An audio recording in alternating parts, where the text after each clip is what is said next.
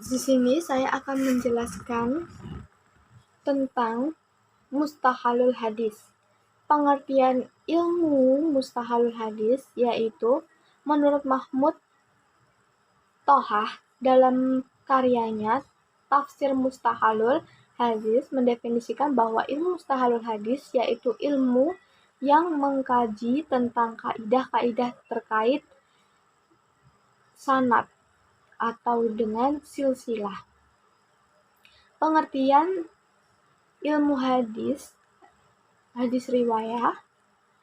Ilmu hadis riwayah adalah ilmu yang membahas ucapan-ucapan dan perbuatan para nabi Shallallahu Alaihi Wasallam, periwayatannya dan pencatatannya, dan dengan lafaz-lafaznya.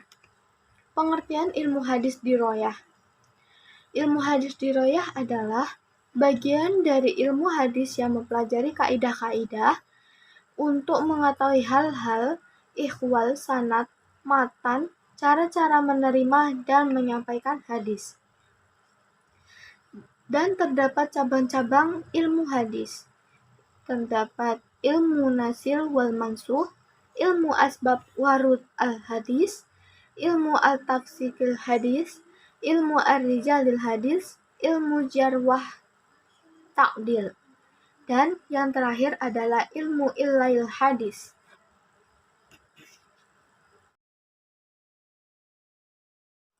Selanjutnya, saya akan menjelaskan tentang pembagian hadis dari segi kuantitas. Dari segi bahasa, kata mutawatir berarti berturut-turut al-talabu. Adapun secara istilah didefinisikan oleh beberapa para ulama seperti Ibnu Salah, Imam Nawawi, Ma'ajal Qasim. Macam-macam mutawatin yaitu terdapat mutawatir lafzi dan mutawatir ma'ron. Mutawatir lafzi artinya mutawatir lafzi adalah hadis yang diriwayatkan dengan lafaznya oleh sejumlah perawi yang lain tidak disaksikan bahwa mereka akan bersepakat untuk berbuat dusta. Mutawatir maknawi. Mutawatir maknawi adalah yang diriwayatkan oleh sejumlah perawi yang mustahil mereka bersepakat untuk berdusta. Pengertian hadis ahad. Hadis ahad adalah hadis yang tidak memenuhi syarat mutawatir. Macam-macam hadis ahad, hadis masyhur, hadis aziz, dan hadis gharib. Hadis ahad dijadikan sebagai otentik jika memenuhi beberapa kriteria. Kriteria ini yang membedakan hadis yang benar-benar dari Nabi dan bukan. Selanjutnya saya akan menjelaskan tentang pembagian hadis dari segi kualitas. Dari segi kualitas tersebut terdapat hadis sahih dengan hadis dhaif. Hadis sahih tersebut adalah hadis yang sanadnya bersambung diriwayatkan oleh periwayat yang adil dan dabit hingga bersambung pada Rasulullah. Lalu hadis dhaif adalah secara bahasa berarti hadis yang lemah, yang sakit atau yang tidak kuat. Lalu dan terdapat kehujahan hadis sahih, hasan, dan dhaif. Kehujahan hadis dhaif berbeda dengan hadis sahih dan hasan hadis. Kehujahan hadis tersebut para ulama termasuk ahli hadis dan usul fikih yang pendapatnya dapat dijadikan pegangan.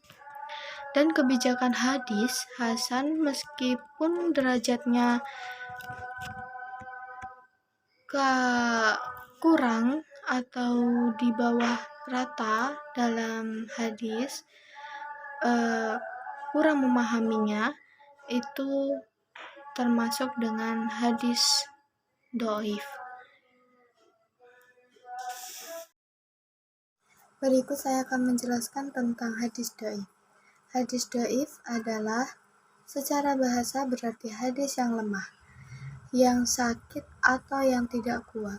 Secara terminologis, para ulama mendefinisikan secara berbeda-beda, akan tetapi pada dasarnya mengandung maksud yang sama, dan tidak terdapat syarat-syarat hadis sahih dan syarat-syarat hadis hasan.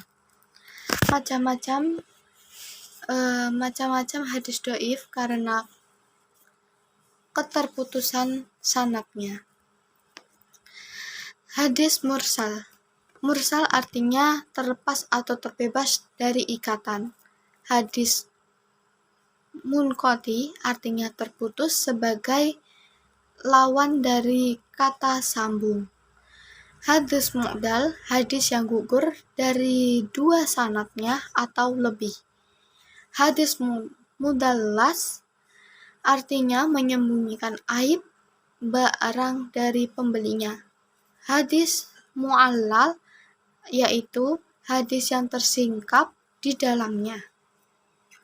Sekian penjelasan dari saya, kurang lebihnya mohon maaf. Wassalamualaikum warahmatullahi wabarakatuh.